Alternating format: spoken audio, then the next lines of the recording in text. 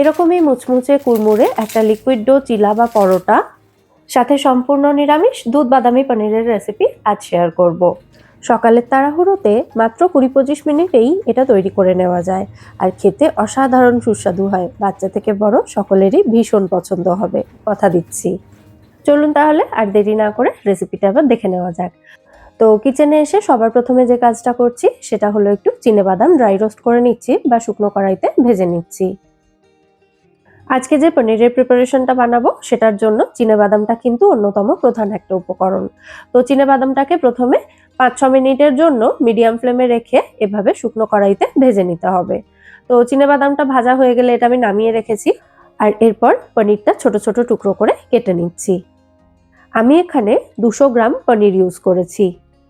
এবার একটা মশলার পেস্ট আমি রেডি করব। তার জন্য একটা মিক্সার জার নিয়েছি এবং যে চিনেবাদামটা ড্রাই রোস্ট করে রেখেছিলাম সেটা ২ মুঠো মতো দিয়েছি। চিনেবাদামটা একটু গরম ছিল ওই সময়, সেই জন্য আমি এটার খোসা ছাড়াতে পারিনি। যতটা সম্ভব হাতে একটু ঘষে নিয়েছি, যে কটার খোসা ছাড়ানো গেছে গেছে। তবে আপনারা চাইলে চিনেবাদামের খোসা ছাড়িয়ে এখানে দিতে পারেন। এর সাথে দিয়েছি ১.৫ ইঞ্চ মতো আদাটা ছোট ছোট টুকরো করে কেটে দিয়েছিলাম, আর দিয়ে দিলাম স্বাদ অনুযায়ী কাঁচা লঙ্কা। অল্প একটু গোটা গোলমরিচও দিয়ে দিলাম। এরপর এই সমস্ত উপকরণ জল ছাড়া শুকনো অবস্থায় একবার বেটে নিয়ে তারপর এর মধ্যে ৩ থেকে ৪ টেবিল চামচ মতো টক দই দিলাম, আর দইয়ের বাটিটা ধুয়ে অল্প একটু জল দিয়ে দিলাম। এবার আবারও সমস্ত উপকরণ ভালো করে ব্লেন্ড করে নেব। আচ্ছা, এবার চলে যাব আমি পনিরটা ফ্রাই করার দিকে। তো গ্যাসে একটা ফ্রাইং প্যান বসিয়ে তার মধ্যে আমি ১ চামচ মতো ঘি দিয়েছি। ঘিটা ভালো মতো গরম হয়ে গেলে এতে প্রথমে পনিরের টুকরোগুলো দিয়ে দিলাম। আপনারা চাইলে পনিরটা ভাজতে বসিয়েও কিন্তু মশলাটা রেডি করে নিতে পারেন, তবে আমি যেহেতু ভিডিওর জন্য বানাচ্ছি একটু টাইম লাগবে, সেই কারণে পনিরটা হয়তো ততক্ষণে ভাজা হয়ে যেত। তো যাতে কনসেন্ট্রেট করে ভাজা যায় তার জন্য আমি এক এক করেই সমস্ত কিছু করেছি। তো পনিরটা ভাজার সময় এর মধ্যে সামান্য একটু সৈন্দক লবণ আর একটু থেতো করা গোলমরিচ দিয়েছি। আমি এই দুটো প্রিপারেশন এমনভাবে বানাচ্ছি যাতে এটা কেউ একাদশীতে অথবা যে কোনো উপোসের দিনেও কিন্তু খেতে পারেন। খুব যৎসামান্য উপকরণ ব্যবহার করেই কিন্তু এই দুটো প্রিপারেশন আমি তৈরি করছি। দেখতে থাকুন তাহলেই বুঝতে পারবেন। তো এদিকে পনিরটা ভাজা হয়ে গেছে, এবার আমি এগুলোকে একটা বাটিতে তুলে নিচ্ছি ফ্রাইং প্যান থেকে। আর পনিরটা ভাজার পর যেটুকু ঘি রয়েছে ফ্রাইং প্যানে তার মধ্যেই সামান্য একটু থেতো করা গোটা গোলমরিচ দিয়েছি ফোড়নের জন্য। তারপর যে মশলার পেস্টটা রেডি করে রেখেছিলাম সেটা দিয়ে দিচ্ছি। এটা কিন্তু এই রান্নার একমাত্র মশলা, মানে এটা ছাড়া আর অন্য কোনো মশলা আমাদের এখানে প্রয়োজন নেই। আর চিনেবাদামটা যাতে একটু মিহি করে বাটা হয় সেটা খেয়াল রাখবেন, তাহলে কিন্তু এই পনিরের যে প্রিপারেশনটা বানাচ্ছি সেটা টেক্সচারটা একদম স্মুথ হবে, খেতে দুর্দান্ত লাগবে। তো ঘিয়ের ওপরে মশলাটা দিয়ে মশলাটাকে ভালো করে কষিয়ে নিতে হবে ৩ থেকে ৪ মিনিট সময় নিয়ে। জাস্ট আদার কাঁচা গন্ধটা চলে যাওয়া পর্যন্ত কষিয়ে নিলেই হবে। তো মশলাটা একটু ভেজে মশলার জারটা ধুয়ে সামান্য একটু জল দিয়েছি যাতে একটুও মশলা ওয়েস্ট না হয়। মশলাটা কষাতে কষাতেই এর মধ্যে দিয়ে দিচ্ছি স্বাদ অনুযায়ী সৈন্দক লবণ। আবারও ভালো করে মিশিয়ে এটাকে কষিয়ে নিচ্ছি। এদিকে যে মিক্সার জারে আমি মশলাটা তৈরি করে নিয়েছিলাম সেই মিক্সার জারেই হালকা গরম দুধ নিয়ে নিচ্ছি এখানে ১/২ কাপের একটু বেশি পরিমাণে, আর তার মধ্যে দিয়ে দিচ্ছি কুট্টু আটা। দুধটা যাতে তরকারিতে দেওয়ার পর কেটে না যায় তার জন্য কিন্তু এই আটাটা দিয়েছি, আর এটা জাস্ট ১ চামচ মতো দিলেই হবে। আপনারা রেগুলার রুটি খাওয়ার আটা বা ময়দা যেটা আমরা ব্যবহার করি সেটাও দিতে পারেন। এখানে আমি দুধটা মিক্সার জারটার মধ্যেই নিয়েছি কেন বলুন তো, এটাকে জাস্ট ২ সেকেন্ডের জন্য মিক্সিতে আমি ঘুরিয়ে নিয়েছি যাতে দুধের সাথে আটাটা ভালোভাবে মিশে যায়। আচ্ছা, দুধটা দেওয়ার পর মশলার সাথে দুধটা ভালো করে এভাবে মিশিয়ে দিচ্ছি। আমি আরো সামান্য একটু দুধ এতে অ্যাড করলাম, আর দুধটা কিন্তু হালকা গরম অবস্থায় রয়েছে এখন। দুধের পরিবর্তে কিন্তু এখানে আপনারা নির্দ্বিধায় জলও ব্যবহার করতে পারেন। তবে দুধটা দেওয়া হলে গ্রেভির টেক্সচারটা অনেক বেশি ক্রিমি তৈরি হবে এবং খেতে দুর্দান্ত লাগে, টেস্টটাও অবশ্যই ভীষণ ভালো হয়। আর যে যতটা গ্রেভি রাখতে চান দুধের পরিমাণটা সেই হিসেবে বাড়িয়ে বা কমিয়ে দিতে পারেন। তো দুধটা দিয়ে ভালো করে মিশিয়ে দেওয়ার পর ভেজে রাখা পনিরের টুকরোগুলোর মধ্যে দিয়ে গ্রেভিতে এগুলোকে ভালো করে মিশিয়ে দিচ্ছি। এবার জাস্ট মিনিট ২ এর জন্য এটাকে ফুটিয়ে নিলেই কিন্তু আমাদের দারুণ সুস্বাদু দুধ বাদামি পনির এখানে একদম রেডি হয়ে যাবে। স্বাদ অনুযায়ী সামান্য একটু মিষ্টি দিয়েছি। এই রান্নাটা একটু ঝাল মিষ্টি টাইপের হলে আমার বেশি ভালো লাগে খেতে, তবে আপনারা স্বাদটা অবশ্যই যে যার নিজেদের পছন্দ অনুযায়ী ব্যালেন্স করে দেবেন। মানে যার একটু ঝাল ঝাল পছন্দ সে একটু ঝাল ঝাল বানাতে পারেন, যার একটু মিষ্টি মিষ্টি পছন্দ সে সেই রকম বানাতে পারেন। ব্যাস, রান্না এখানে অলমোস্ট রেডি। মিনিট ২ এটাকে ফুটিয়ে নেওয়ার পর ওপর থেকে সামান্য একটু ঘি ছড়িয়ে তারপর এটাকে নামিয়ে নিতে হবে।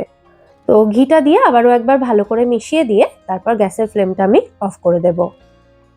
আচ্ছা, এবার এর সাথে খাওয়ার জন্য যে লিকুইড ডো চিলা বা পরোটাটা আমি তৈরি করব সেটার জন্য একটা ব্যাটার রেডি করে নেব। তো আমি এখানে নিয়েছি কুট্টু আটা। এর পরিবর্তে আপনারা গমের আটা বা ময়দাও নিতে পারেন। আর এর সাথে নিয়ে নিচ্ছি কিছুটা ধনেপাতা এবং কাঁচা লঙ্কা কুচি আর স্বাদ অনুযায়ী লবণ। এখানে সৈন্দক লবণ ব্যবহার করেছি। এরপর এর মধ্যে পরিমাণ মতো জল দিয়ে একটা পাতলা ব্যাটার আমাদের তৈরি করে নিতে হবে। জলটা দেওয়ার জন্য আমি আবারও মিক্সার জারটাই ব্যবহার করলাম, কারণ মিক্সার জারে দুধটা নিয়েছিলাম আর তার আগে মশলাটাও রেডি করেছিলাম। তো দুধ মশলা কোনো কিছুই যাতে এক ফোঁটাও নষ্ট না হয়, তাই জন্য ওতে করেই জলটা আমি এর মধ্যে দিয়েছি। এটা তো একটা কারণ ঠিকই, তবে আরও একটা কারণ আছে ওই একই পাত্র বারবার ব্যবহার করায়। কারণটা কি বলুন তো? এখন যা সাংঘাতিক ঠান্ডা জল, মনে হচ্ছে একদম ডাইরেক্ট গঙ্গোত্রী থেকে আমার বাড়ির কিচেনে আসছে জলটা, এতটাই ঠান্ডা। আর এই ঠান্ডা জলে বারবার বাসন মাজাটা যে কতটা কষ্টের সে যারা মাজেন তারাই জানেন। আমার বাড়ির কাজ সমস্তটা আমি নিজেই করি, সেই জন্য বাসনটাও নিজেকেই যেহেতু মাজতে হয়, তাই যতটা সম্ভব কম বাসন ব্যবহার করার চেষ্টা করছি এখন। এটাই হলো আসল কারণ। আচ্ছা, গল্প করতে করতে দেখুন ব্যাটারটা কিন্তু প্রায় রেডি হয়ে এসেছে। বেশ অনেকটা জল দিয়ে এরকম পাতলা একটা ব্যাটার আমি তৈরি করে নিয়েছি। আর ব্যাটারটা তৈরি করার সময় দেখবেন ব্যাটারটা কিন্তু একটু স্লাইমি টাইপের হবে, মানে একটু স্লিপারি টাইপের। তবে এটা দিয়ে চিলা বা পরোটা যাই তৈরি করুন না কেন সেটা কিন্তু মোটেই স্লাইমি হবে না, একদম রেগুলার পরোটার মতোই হবে।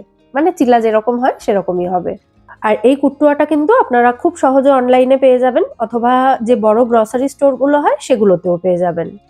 এই কুট্টুয়াটার চিলা বা পরোটা খেতে কিন্তু দারুণ টেস্টি হয়। অবশ্যই যদি কখনো না খেয়ে থাকেন একবার ট্রাই করে দেখবেন আমার কথার উপরে ভরসা করে।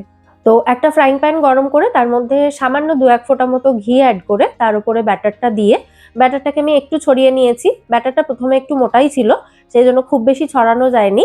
তো পরের বার থেকে ব্যাটারটা আরেকটু পাতলা করে নেব, মানে আরেকটু জল অ্যাড করে ব্যাটারটা পাতলা করে সেটা দিয়ে আমি চিল্লাগুলো তৈরি করব। যত বেশি পাতলা হবে তত কিন্তু সুন্দর মুচমুচে হবে। আর কম সময় নিয়ে ভাজলে এগুলো অতটা বেশি মুচমুচে হবে না। মুচমুচে করার জন্য কিন্তু একটু সময় নিয়ে ভাজতে হবে। তো সেকেন্ড চিলাটা বানানোর সময় দেখুন ব্যাটারটা আমি আরেকটু পাতলা করে নিয়েছি এবং এটা কিন্তু খুব সুন্দরভাবে ফ্রাইং প্যানটাতে ছড়িয়ে দেওয়া গেছে। এরপর সামান্য একটু ঘি ছড়িয়ে দিয়েছি আর ওটা ভাজা হোক এদিকে, ততক্ষণে আমি এখানে ঠাকুরের জন্য একটা প্লেট রেডি করে নিচ্ছি।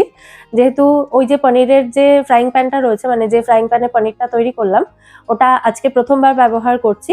তো প্রথমবার নতুন কোনো পাত্রে রান্না করা হলে সেই খাবারটা আমি প্রথমে ঠাকুরকে নিবেদন করি। তো সেই কারণেই ঠাকুরের জন্য একটা প্লেট রেডি করলাম। এটার কিন্তু অন্য কোনো কারণ নেই বা এরকম কোনো নিয়মও নেই, এটা আমার তৈরি করার নিয়ম। আমি প্রথমবার নতুন কোনো পাত্রে খাবার বানালে সেই খাবারটা প্রথমে ঠাকুরকে নিবেদন করতেই পছন্দ করি। অবশ্যই একদম সাত্ত্বিক আহার যেটাকে বলা হয় সেভাবে তৈরি করেই নিবেদন করি। দেখুন কথা বলতে বলতে এখানে ৩-৪টে চিলা কিন্তু আমার তৈরি হয়ে গেল। আর ঠাকুরকে নিবেদন করার পর প্রসাদটা আমি হাজবেন্ডের অফিস লাঞ্চের জন্য প্যাক করে দিয়েছিলাম। যেহেতু অফিস লাঞ্চে দিয়েছি তাই এই যে প্রথমে চিলাগুলো তৈরি করেছি এগুলো আমি একটু নরম করেই তৈরি করেছি। আর এই চিলাগুলোকেই একটু বেশি সময় নিয়ে হাই ফ্লেমে ভেজে নিলেই কিন্তু চিলাগুলো সুন্দর মুচমুচে কুড়মুড়ে হয়ে যাবে, মানে একদম ক্রিস্পি ডোসা যেমন হয় সেরকমই হবে। তো একটা মুচমুচে চিলা আর সামান্য একটু পনিরের প্রিপারেশনটা, মানে দুধ বাদামি পনির আমি একটা প্লেটে তুলে নিয়েছি, আপনাদের দেখাই এটা কতটা সুন্দর মুচমুচে এবং কুড়কুড়ে হয়েছে।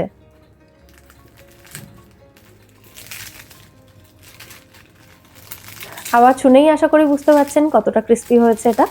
এই কারণেও কুট্টু আটা দিয়ে তৈরি চিলা বা পরোটা আমার ভীষণ প্রিয়। এত সুন্দর মুচমুচে হয় যে খেয়ে মন ভরে যাবে। তো আজকের এই রেসিপি দুটো আপনাদের কেমন লাগলো সেটা কিন্তু অবশ্যই আমার কমেন্টে জানাবেন। যদি ভালো লেগে থাকে ভিডিওটাকে বরাবরের মতো একটা লাইক এবং শেয়ার করে দেওয়ার অনুরোধ রইল। আর যদি মনে হয় চ্যানেলটা সাবস্ক্রাইব করে আমার পাশে থাকতে পারেন, সাবস্ক্রাইব করা কিন্তু একেবারে ফ্রি। আজ তাহলে এ পর্যন্তই, আবার দেখা হবে পরের পর্বে। সবাই সুস্থ থাকবেন, ভালো থাকবেন এবং সবাইকে খুব ভালো রাখবেন। নমস্কার।